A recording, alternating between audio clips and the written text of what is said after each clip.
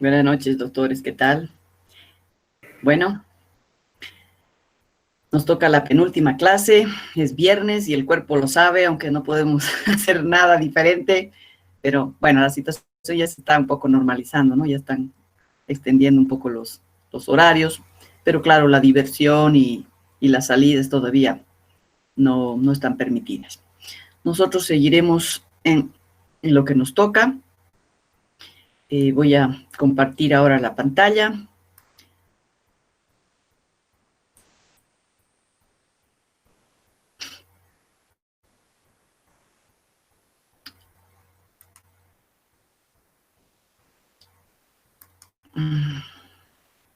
Ok, el tema entonces ahora tiene que ver con desórdenes hipertensivos del embarazo y preeclampsia. Y en realidad vamos a hacer más hincapié en lo que es la preeclampsia, que es un tema muy importante que no hay que ignorar. La hoja de ruta, hablar de definiciones, de los tipos de hipertensión arterial que puede confrontar una paciente embarazada, la preeclampsia, vamos a hablar de la epidemiología, de la patogénesis, de la hipertensión propiamente en la preeclampsia, cuál es la evaluación de una paciente con preeclampsia y el manejo también enfocado mucho más a la preeclampsia, que es el desorden más importante. Estos son los 5 grupos de hipertensión arterial que se pueden generar en una paciente embarazada. La hipertensión gestacional está relacionada estrictamente con el embarazo, la preeclampsia, eclampsia, hipertensión arterial con preeclampsia impuesta, hipertensión arterial crónica preexistente y el síndrome de HELP. Para que nos quede una idea somera de los otros tipos de hipertensión, comentamos que la hipertensión gestacional es la nueva aparición de una presión arterial sistólica mayor a 140 milímetros de mercurio y una diastólica de 90 milímetros de mercurio en al menos 2 ocasiones, con 4 horas de diferencia después de las 20 semanas de gestación en una mujer previamente normotensa. Las nuevas guías y las sociedades de ginecología obstetricia hablan de esto, ¿no? De las 4 horas de diferencia y no es que de repente nosotros llamemos a la paciente al día 4 horas después, pero si ya en una próxima visita la paciente tiene una presión persistentemente por encima de 140 o 90 y ella previamente era normotensa, entonces podríamos considerar que tiene hipertensión gestacional, pero la diferencia es que no presenta proteinuria.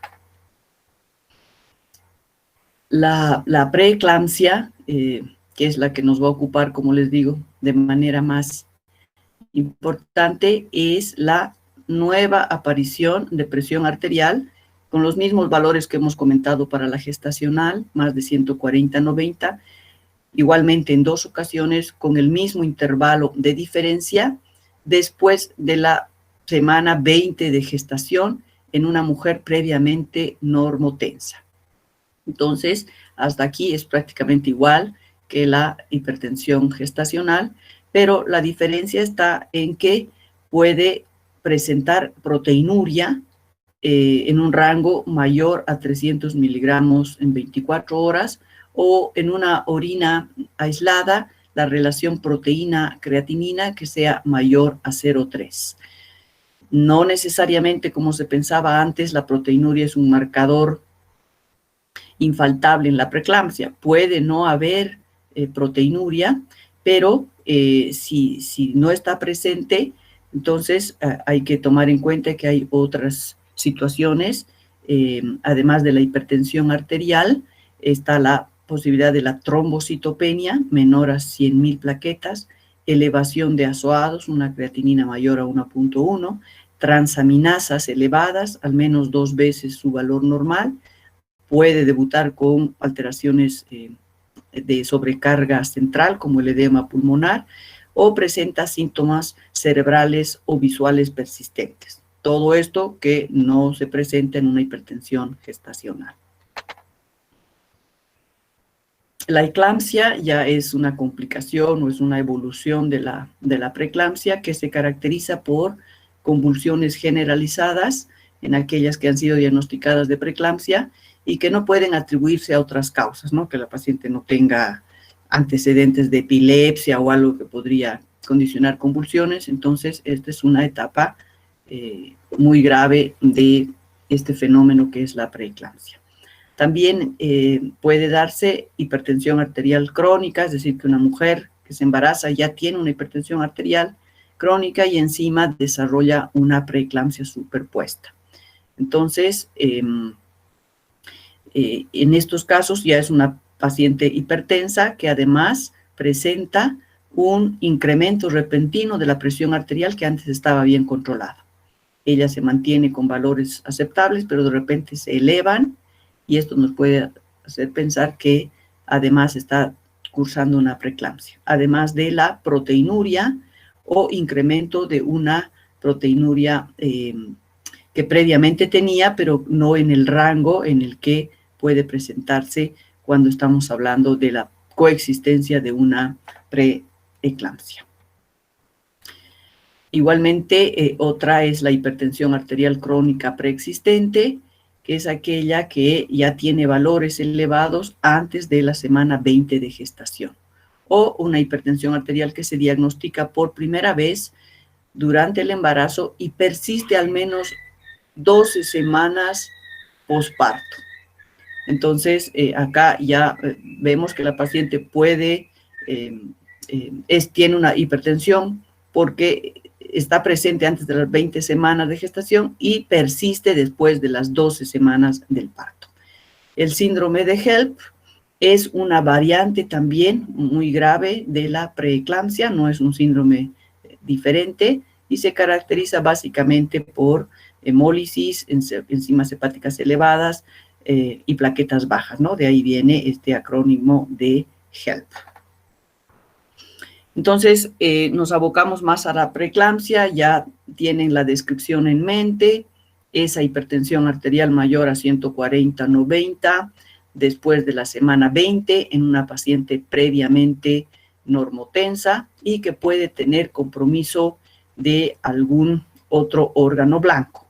Entonces, aquí complementamos diciendo que es un trastorno progresivo multisistémico, ¿no? Donde la variable de hipertensión es muy importante, pero también la disfunción significativa de otros órganos blancos, como hemos visto, que pueden ser el hígado, puede ser la parte neurológica, el riñón, los órganos afectados, con o sin proteinuria, que se presenta en la última mitad del embarazo o también puede haber preeclampsia en el posparto.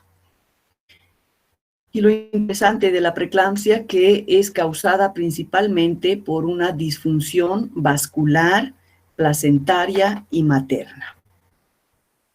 Entonces, la preeclampsia no es una patología infrecuente, afecta más o menos a 4 o 5% de embarazadas en el mundo y es causa de mortalidad materna, más o menos, ahí se producen 50,000 muertes de mujeres que se embarazan y tienen una preeclampsia. La prevalencia es de un 3.4% y es un poco mayor en mujeres primíparas. Estoy dando una clase. ¿Ya? Entonces, estos son los factores de riesgo para el desarrollo de la preeclampsia que hay que tener en cuenta. Son factores que tienen que ver con la parte obstétrica materna. Hemos visto que las nulíparas tienen un mayor riesgo, hemos visto el porcentaje, pero también las grandes multíparas. Es importante la historia de una preeclampsia previa, que hayan tenido un embarazo molar, que tengan algún alguna alteración tipo trisomía fetal o que sean portadoras de diabetes gestacional. Todo esto hay que tomar en cuenta para la anamnesis cuando estamos frente a una paciente con preeclampsia. Están también los factores paternos que pueden influir, el papá que haya nacido de una mujer preeclámptica. Las condiciones comórbidas maternas, es más fácil que una paciente con hipertensión crónica desarrolle una preeclampsia o aquella paciente que tenga una enfermedad renal. Igualmente, hemos comentado la diabetes gestacional. La obesidad es otro factor de riesgo, el síndrome antifosfolípido o las enfermedades autoinmunes como el lupus eritematoso sistémico. Hay también incluso factores genéticos como son las trombofilias o la preeclampsia en las personas relacionadas, ¿no? Es decir, que pueden ser la mamá o las hermanas. Y obviamente en las personas mayores de 40 años. Ahora no es infrecuente ser madres después de los 40 años. Entonces, factores a tomar en cuenta para estar alertas cuando una persona se embaraza. Bueno, para hablar un poco de la patogénesis, que siempre es importante, pues este síndrome tiene como dos estadios, ¿no? Una placentación anormal y luego que condiciona un síndrome materno multisistémico. Si nosotros recordamos la implantación normal, después en la primera semana de fertilización, que consiste en la invasión de las células citotrofoblásticas del blastocisto en el endometrio materno. El endometrio materno o decidua materna, que se encuentra en una etapa lútea o proliferativa, se caracteriza por glándulas que tienen una actividad secretoria incrementada y por vasos tortuosos que están dilatados, ¿no? Con un gran flujo sanguíneo, precisamente para favorecer y recibir al embrión que va a convivir durante varios meses en este estroma. Ya para la segunda semana de desarrollo, el embrión, el blastocisto, está completamente incorporado en la decidua materna y las células del sincicio invaden el endotelio de los vasos maternos que se llaman sinusoides, y entonces de esta manera se establece la circulación útero-placentaria, ¿no? Estas células, si vemos aquí, estas células sinciotrofoblásticas se introducen en la pared del endotelio y sufren una variación fenotípica, ¿no? Se introducen y sufren una variación fenotípica que se llama pseudovasculogénesis y que en el embarazo materno determina que estos vasos, las arterias espirales tortuosas, tengan un gran calibre para permitir un flujo incrementado que permita la nutrición y del feto en gestación. En cambio, cuando la paciente sufre el fenómeno que se llama preeclampsia, esta invasión de las células sinciotrofoblásticas es muy superficial en el endotelio materno y no permite este desarrollo y este crecimiento de las células espirales. Entonces, en esta otra imagen vemos cómo el sinciotrofoblasto, precisamente habíamos comentado que invade y modifica de algún modo o se involucra dentro de la túnica media del endotelio vascular para permitir esta esta dilatación de los vasos. Pero en la implantación en la preeclampsia, como esta invasión es muy superficial, no se produce esa vasodilatación y ese incremento del flujo, entonces es lo que condiciona isquemia y falta de desarrollo en el feto.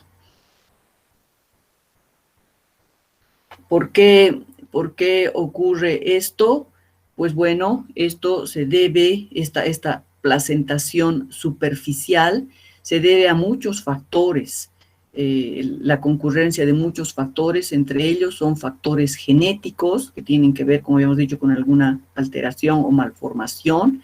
También hemos comentado los factores de riesgo que pueden condicionar que se desarrolle esta placentación anormal, como son la hipertensión crónica, la diabetes o fenómenos autoinmunes.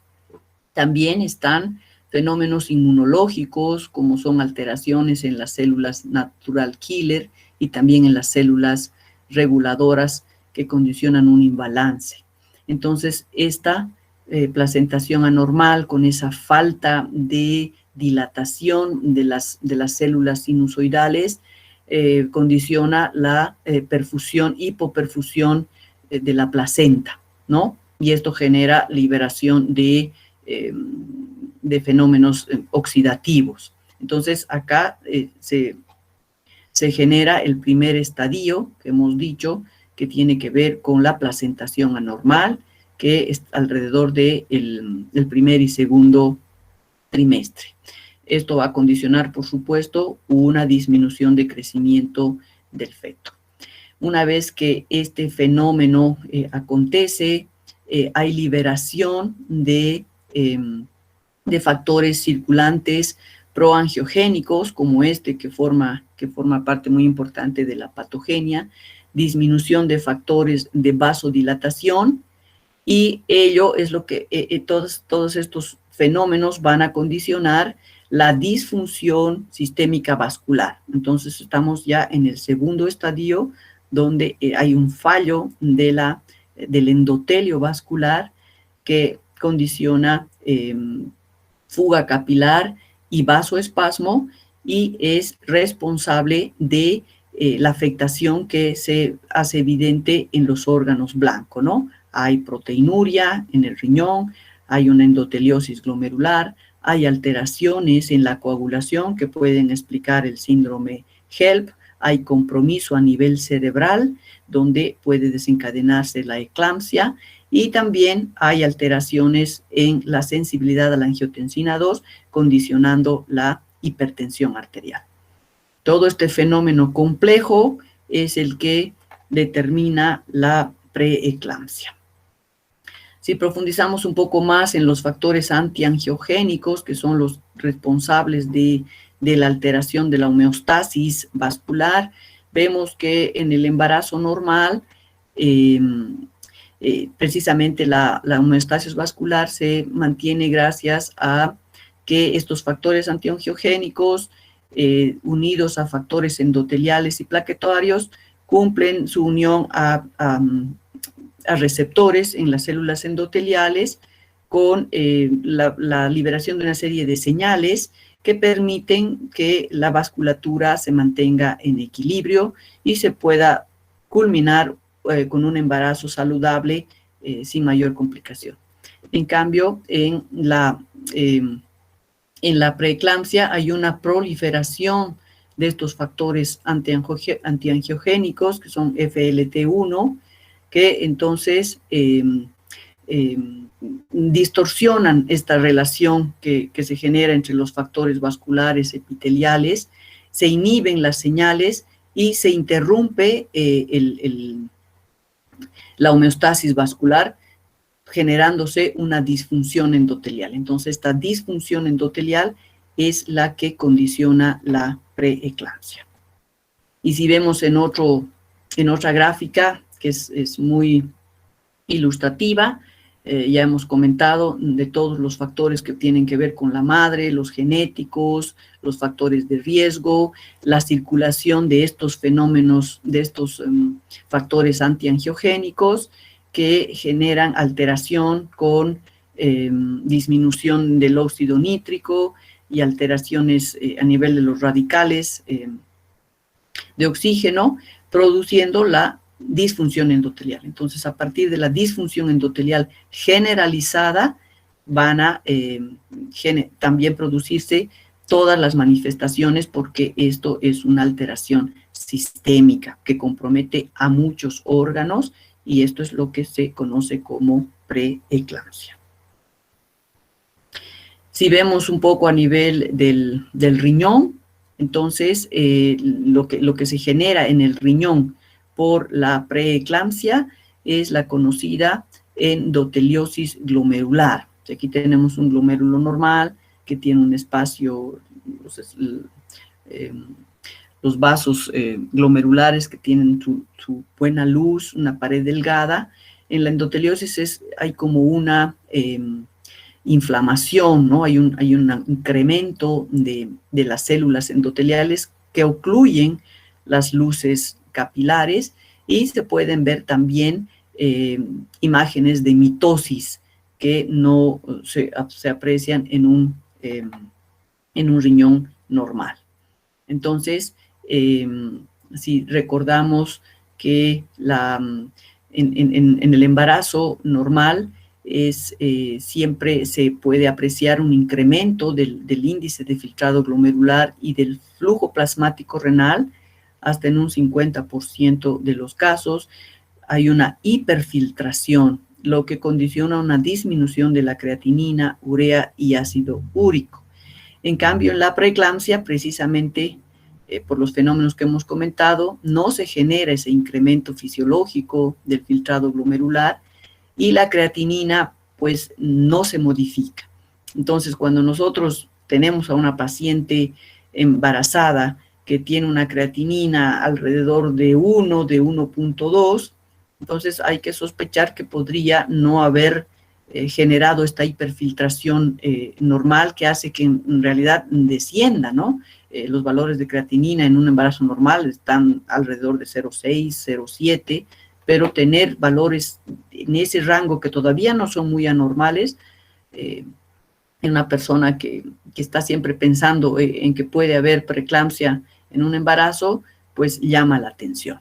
Entonces, y las manifestaciones clínicas de esa endoteliosis renal, que hemos dicho, es esa edematización del endotelio vascular, pues condiciona la proteinuria por también el daño de podocitos. El sedimento no se altera grandemente, y en general esto tendría que desaparecer 8 semanas postparto. ¿Qué pasa con la hipertensión arterial en la preeclampsia? Durante el embarazo normal, nuevamente decimos que se genera este fenómeno de un incremento del flujo sanguíneo, hay una dilatación de los vasos, y eso condiciona una resistencia vascular normal.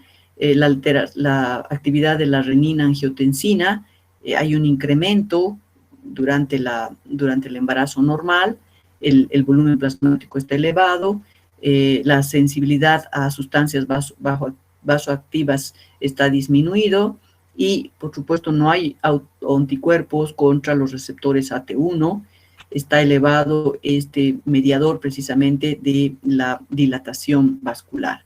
Pero si vemos en la preeclampsia, lo que pasa es que hay una resistencia vascular aumentada, por ende un flujo plasmático que está disminuido, hay una sensibilidad mayor a los vasoactivos para generar vasoconstricción, y es llamativo que existen anticuerpos contra el receptor AT1.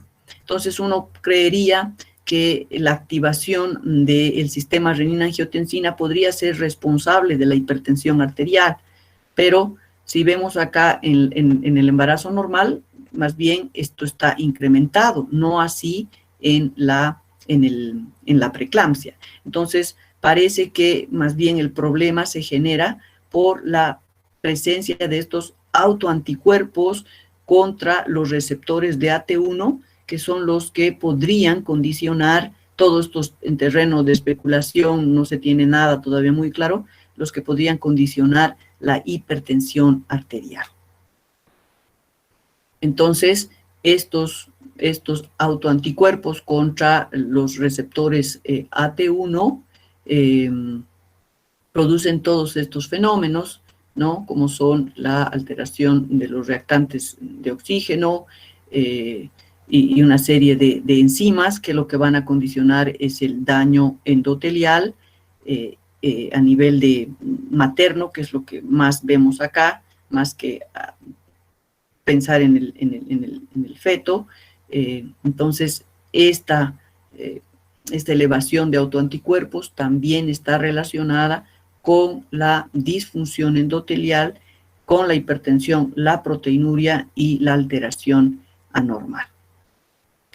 Se dice que esto no es específico, pero siempre buscando alguna causa para poder establecer un tratamiento, pues hay estudios, miles de muchas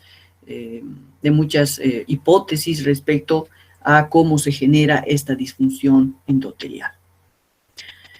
Entonces, es un fenómeno importante el que se genera en preeclampsia, esa disfunción endotelial con afectación multisistémica puede costarle la vida a la mamá y también al bebé. Por eso es tan importante estar conscientes de que no es infrecuente y que puede presentarse.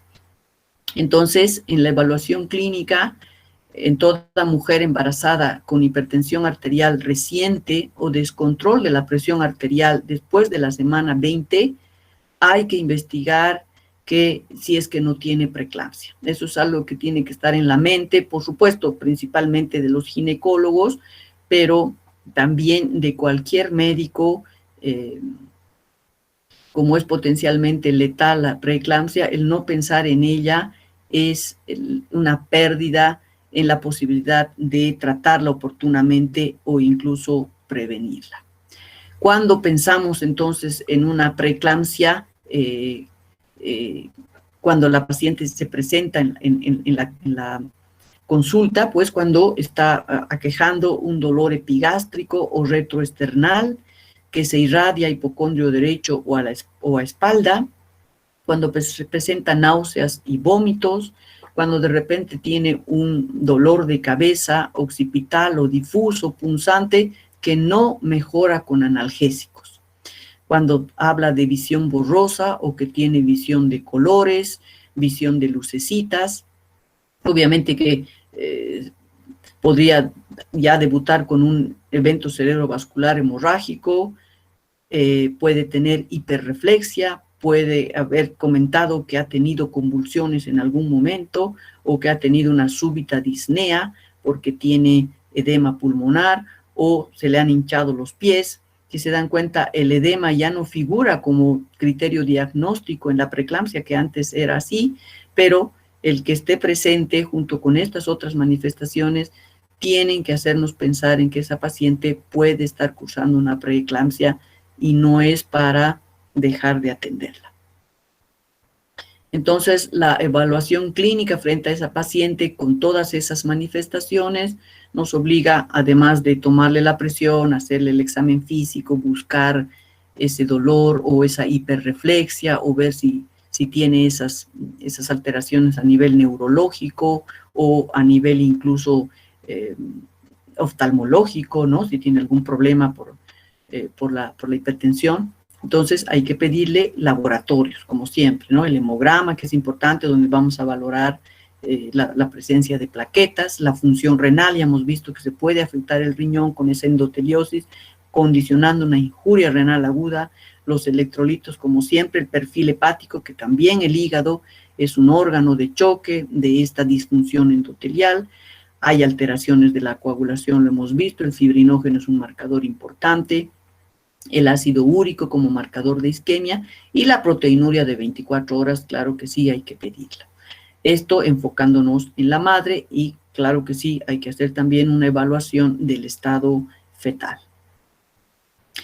En cuanto al manejo, esto está en rojo porque este es el mensaje principal de la clase.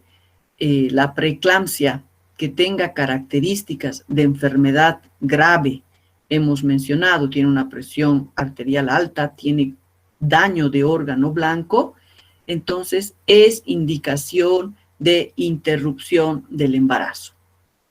No importa la edad gestacional, es indicación de interrupción del embarazo porque la vida de la madre se pone en riesgo, al igual que la del feto. Normalmente se recomienda que antes de interrumpir el embarazo, pues es otro paradigma ahora del manejo de la preeclampsia, es la administración de sulfato de magnesio, porque ha demostrado suficientemente que evita el desarrollo de eclampsia. Entonces, cuando hay una preeclampsia que antes se llamaba grave, ahora se llama con características de enfermedad grave, lo que corresponde es interrumpir el embarazo previa administración de sulfato de magnesio. El parto o la cesárea, eso también es discutible, si una preeclampsia grave va a parto o va a una cesárea, aunque lo que más se hace sin duda es la cesárea.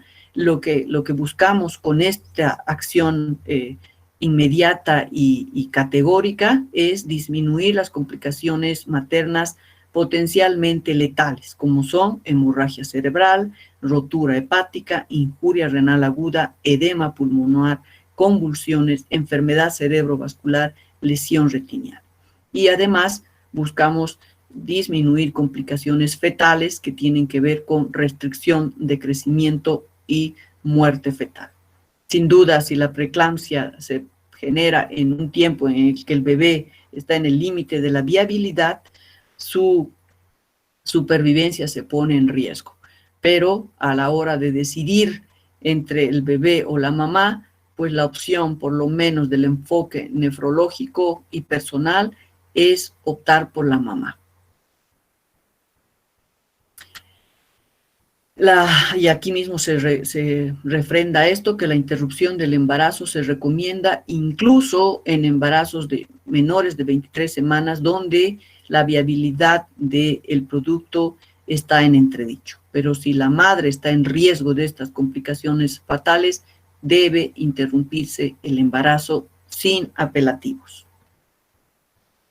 Podemos pensar en un manejo conservador, por supuesto, pero el manejo conservador se plantea en la preeclampsia sin características de gravedad, que antes se llamaba leve. En la preeclampsia severa o preeclampsia con características de gravedad, pues el manejo es la interrupción. Hay alguna escuela que pretende un manejo conservador, pero pues ni siquiera lo traigo acá porque estoy convencida de que la única manera de evitar muerte materna es interrumpiendo el embarazo. En cambio, en estos preeclampsias en la preeclampsia sin características de gravedad, se puede tener una conducta un poquito menos agresiva, ¿no? Si el embarazo es mayor de 37 semanas, se recomienda la inducción. Eso quiere decir parto, sin necesariamente ir a la cesárea, porque se ha visto que disminuye en varios estudios hasta un 30% el riesgo materno de complicaciones. ¿Cuáles son esas complicaciones? Que la hipertensión arterial se torne más grave, que haya una morbimortalidad materna, hemorragias postparto. Si el embarazo es anterior a las 34 semanas, el manejo conservador podría plantearse para darle chance al bebé, siempre y cuando la madre y el feto se encuentren estables. Si hay riesgo de mortalidad materna, también se recomienda interrumpir el embarazo. Y entre las 34 y 36 semanas, donde el producto ya tiene una mejor opción de sobrevida, hay menor consenso de cuál sería el manejo, ¿no? Si la inducción o el manejo conservador, pero esto tiene que ser fruto de una decisión compartida, ¿no? Entre el médico, entre la paciente, siempre informando los riesgos de dilatar demasiado en espera de una mejor opción para el bebé. Se puede comprometer la vida de la madre, entonces acá se tiene que hablar muy bien para definir si se podrá esperar un par de días hasta madurar al producto y ver de que los dos salgan con vida. Pero si la situación se complica, hay que interrumpir el embarazo. ¿Cuáles son los componentes del manejo conservador? Una vez que nosotros estamos frente a una paciente con preeclampsia y hemos visto que está en un rango de no grave, o sea, leve, sería prudente y se recomienda que tendría que internarse para evaluar realmente la severidad y la tasa de progresión, hacerle los estudios que hemos dicho y controlar la presión arterial. Si persiste estable a lo largo de los días y los laboratorios no muestran nada alarmante como plaquetopenia, como elevación de transaminasas o un fibrinógeno muy alto, entonces la paciente podría hacer un seguimiento ambulatorio. Pero por supuesto este seguimiento ambulatorio requiere de pacientes que sean muy disciplinadas, que estén muy conscientes, muy educadas respecto a la gravedad del caso y cómo se puede complicar rápidamente. Entonces, instruyendo siempre sobre conocimiento, sobre signos de alarma para acudir al hospital si surge algún problema. No se recomienda un reposo absoluto a las mamás que están con preeclampsia leve. Se ha visto que esto no propicia un parto prematuro o empeora la situación para nada. Se habla de un reposo relativo, pero sí evitando esfuerzos extremos. El control de laboratorio es importante, el hemograma para ver si no hay hemodilución, hemoconcentración, que nos puede hablar de depresión de volumen o de fenómenos trombóticos, el perfil hepático, la función renal, 1 a 2 veces por semana. ¿Qué pasa con la proteinuria? Este es un tema importante que lo pongo aquí en rojo porque es casi muy frecuente con los ginecólogos discutir sobre este tema, ¿no? Ellos, una vez que están haciendo el seguimiento a las pacientes, son muy afectos a controlar igualmente la proteinuria. Si el paciente es visto cada semana le quieren hacer la proteinuria, y lo que se ha demostrado es que ni la tasa de aumento ni la cantidad de proteinuria de 24 horas afectan el resultado materno o perinatal. Entonces, una vez que la paciente ya tiene un grado de proteinuria que va más allá de los 300 miligramos, y ya estamos hablando de una macroalbuminuria, en general no necesitamos estar haciéndole proteinuria cada vez que la veamos, ¿no? Es suficiente con un control, por ejemplo, del valor de la creatinina, ¿no? Si el valor de la creatinina se va alterando, eso nos puede alertar sobre un compromiso renal. Pero las estimaciones repetidas de proteinuria no son recomendadas. Y, por supuesto, el control de la presión arterial. Otros aspectos que hay que tomar en cuenta en este manejo conservador es la evaluación del crecimiento fetal con una ecografía que se hace de inicio y después se va repitiendo con cierta frecuencia. Esto es más manejo, por supuesto, de los ginecólogos. El momento oportuno para dar esteroides prenatales en embarazos de menos de 34 semanas, porque si la cosa se complica y se va a interrumpir el embarazo, por lo menos que el bebé tenga la oportunidad de no desarrollar insuficiencia respiratoria, ¿no? ¿Cuál sería el momento del parto dentro del manejo conservador?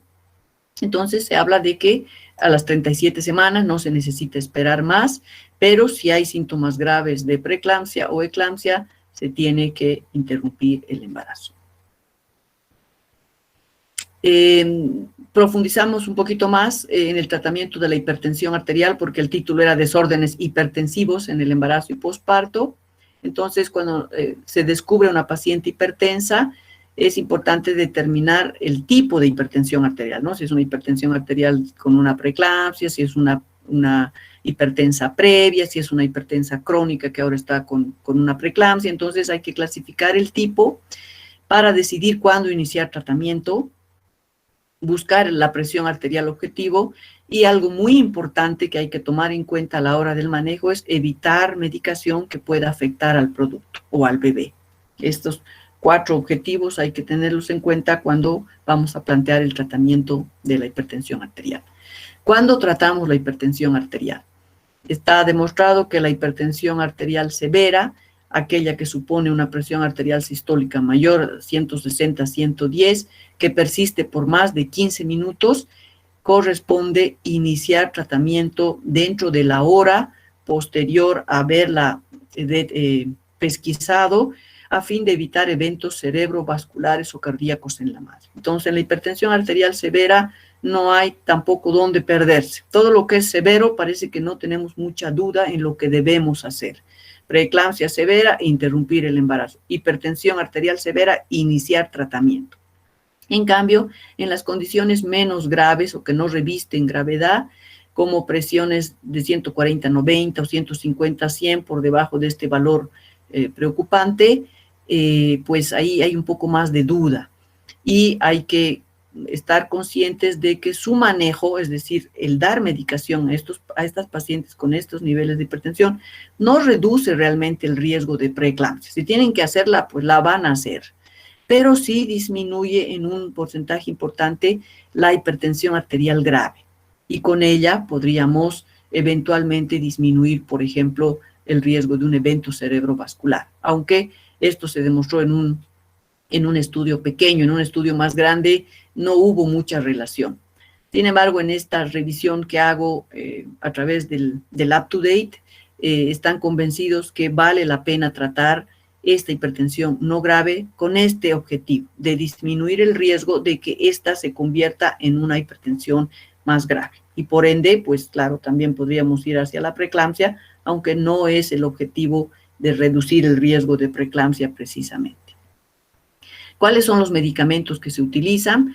Bueno, en Estados Unidos utilizan mucho más lo que son los beta bloqueantes, ¿no? De acción corta, el labetalol, que nosotros no tenemos acá en el medio.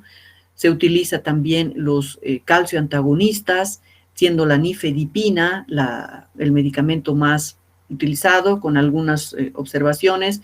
No hay mucho estudio respecto a otros calcio antagonistas como la amlodipina, y quizás lo que más utilizamos en nuestro medio es la metildopa, ¿no? Es un antihipertensivo de acción central, pero sin embargo esta metildopa no tiene un efecto antihipertensivo muy grande y su inicio de acción es un poco tardío. A pesar de que nosotros utilizamos con frecuencia, no es muy efectivo, pero es lo que tenemos. La hidralazina también es una buena opción de tratamiento para la hipertensión. Los beta bloqueantes que no sean tipo labetalol, como el propanolol, el atenolol, dejan un poco más de dudas sobre su eficacia y pertinencia en el manejo de la hipertensión arterial,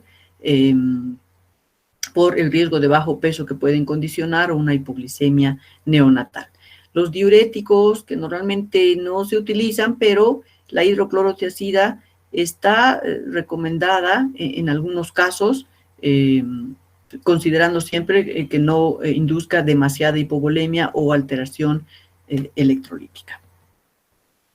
Este es un cuadro un poquito más detallado de los medicamentos principales, ¿no? Que nosotros no utilizamos el labetalol, utilizamos la hidralazina, que puede producir taquicardia refleja. Aquí recomiendan que no se utilice sola, sino que se utilice en combinación con metildopa. La nifedipina es algo que también utilizamos en el medio. Pueden ser las de acción prolongada, ¿no? En estas dosis, y la metildopa. Entonces, los medicamentos que cuando nosotros vamos a valorar a pacientes a la maternidad, normalmente nos encontramos que las pacientes están recibiendo metildopa, están recibiendo hidralazina y algunas están recibiendo nifedipina. ¿Cuáles son los medicamentos que tenemos que evitar durante el embarazo? Pues bueno, sabemos que son los inhibidores ECA y los ARA2 por los riesgos de anomalías fetales, cardiovasculares y del sistema nervioso. Esto finalmente se vio que no era tan trascendental en algún otro estudio de mayor número de pacientes, pero pues uno no se arriesgaría a prescribir con el riesgo prescribir estos medicamentos precisamente para evitar cualquier complicación. Igualmente los antialdosterónicos, es decir, la espironolactona, no son medicamentos recomendados durante el embarazo porque tienen el riesgo de producir alteraciones en la expresión genital, ¿no? Genitales ambiguos, o se ha visto feminización de fetos masculinos. ¿Y qué pasa con los antihipertensivos durante la lactancia? Estamos hablando ya del manejo de la hipertensión post-embarazo, ¿no? Una vez que se termina. Entonces, los beta bloqueantes y alfa bloqueantes, los más seguros, porque no se transfieren a la leche materna, son el propanolol, que no lo usamos mucho, el metoprolol, el abetolol. El atenolol se excreta un poco más abundantemente en la leche materna, o sea que hay que tener cuidado. Infelizmente, no hay muchas publicaciones con carvedilol o bisoprolol, que es lo que más utilizamos en la hipertensión en personas no embarazadas, en mujeres, el carvedilol. Así que hay que tener cuidado y habrá que investigar un poco más si hay algún estudio que avale el carvedilol. Los bloqueantes de los canales de calcio, los que menos se excretan por la leche son el diltiazem, la nifedipina, nicardipina, o sea que podríamos mantener tal vez el manejo con nifedipina. Acá no se habla tampoco de amlodipina, que es otro medicamento que utilizamos mucho. Los inhibidores ECA, pues ya durante el posparto podrían ser administrados a las embarazadas, captopril y enalapril, porque no pasan a la leche materna, pero hay que tener mucho cuidado con los efectos hemodinámicos que podrían presentar en los recién nacidos, sobre todo en los prematuros. Así que también hay que tener un poco de cuidado, sobre todo en estos niños que están lábiles o son fruto de partos prematuros. Los diuréticos pueden reducir el volumen de la leche materna, pero un diurético menos fuerte como un diurético tiacídico podría ser seguro, sobre todo cuando las pacientes quedan con mucho volumen, ¿verdad? Están edematizadas. Incluso se puede dar un curso corto de furosemida, pero siempre teniendo cuidado de no generar mucha depresión de volumen. ¿Podríamos dar alfametildopa hidralazina? Pues en general recomiendan evitar y suspender, si bien son muy buenos durante el embarazo, ya en el posparto en general habría que evitar porque inducen estado depresivo materno. Entonces nos quedan algunas opciones, ¿no? Dar beta bloqueantes como el propanolol, dar diuréticos o mantener nifedipina. Si estamos frente a una hipertensión arterial severa, ¿qué es lo que recomiendan las guías? Pues el labetolol, que tampoco tenemos porque tiene una acción, una vida media corta y se puede administrar de esta manera. La hidralazina, bueno, la hidralazina en nuestro medio hay vía oral y creo que también endovenosa, o sea que es un recurso para el manejo de la hipertensión severa, ¿no? Aquella paciente que está con preeclampsia, con situación de gravedad. Y esa es la medicación. En algún momento se ha podido utilizar nitroprusiato, tiene sus riesgos, pero si la paciente está con una severa hipertensión, pues a veces es lo que uno tiene y con lo que tiene más experiencia, ¿no? Entonces, ya para finalizar, la preeclampsia es un evento sistémico, entonces ya no podemos olvidar a una paciente que ha tenido preeclampsia como antecedente que tiene un riesgo de muerte cardiovascular 8 veces mayor, que tiene riesgo de desarrollar enfermedad renal crónica 5 veces más que una persona que no ha tenido preeclampsia, que tiene un riesgo de quedar hipertensa 4 veces más que en la población normal, que tiene un riesgo de tener un evento cerebrovascular 4 veces más que en cualquier mujer embarazada sin preeclampsia, que puede desarrollar hipotiroidismo, que puede tornarse diabética. Entonces, la preeclampsia es un antecedente que se debe investigar muy minuciosamente en las mujeres. Cuando analizamos a las personas, cuando las vemos y tienen estas patologías crónicas, la preeclampsia es causa de enfermedad renal crónica. Por ejemplo, lo que más nos interesa a nosotros en una mujer, no dejar de considerar como otro factor de riesgo importantísimo para la enfermedad renal crónica. Y también tratar de evitar la preeclampsia con un manejo oportuno, porque es causa de morbimortalidad por todas estas complicaciones fruto de la disfunción endotelial que produce. Entonces, como conclusiones, esto también hay que llevarse a casa. La preeclampsia es causa de morbimortalidad materna y fetal. Les comento que infelizmente yo he tenido la tristeza de ver cómo mi prima hermana murió por complicaciones de la preeclampsia.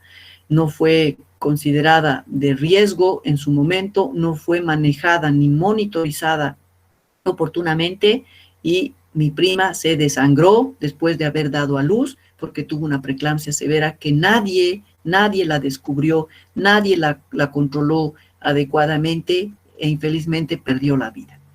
Tiene la patogenia no esclarecida del todo, pero hemos visto que tiene que ver con alteraciones en la invasión trofoblástica y con una disfunción endotelial materna generalizada que condiciona alteración multisistémica.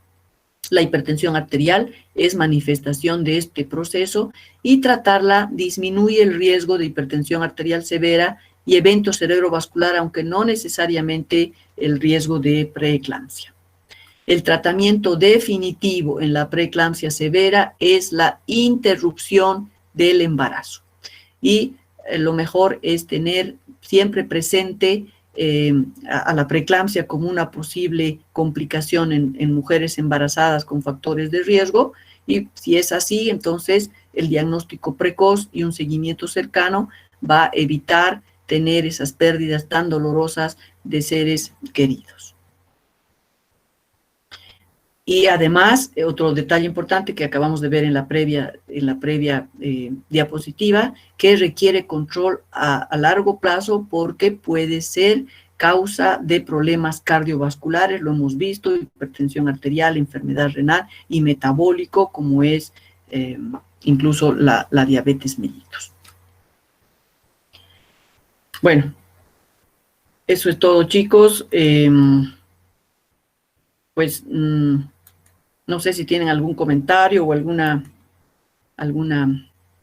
opinión, pero este tema es muy importante. Yo lo tomo muy personal, precisamente por esa pérdida que he sufrido, y a partir de ahí, pues, he tenido la obsesión de siempre estar pendiente de las personas que se embarazan, buscando la posibilidad de que hagan preeclampsia. Ya saben que las nulíparas son también las que se exponen a mayor riesgo.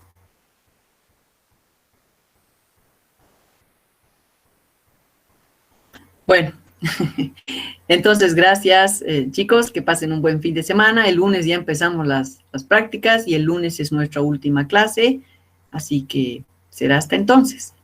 Hasta luego.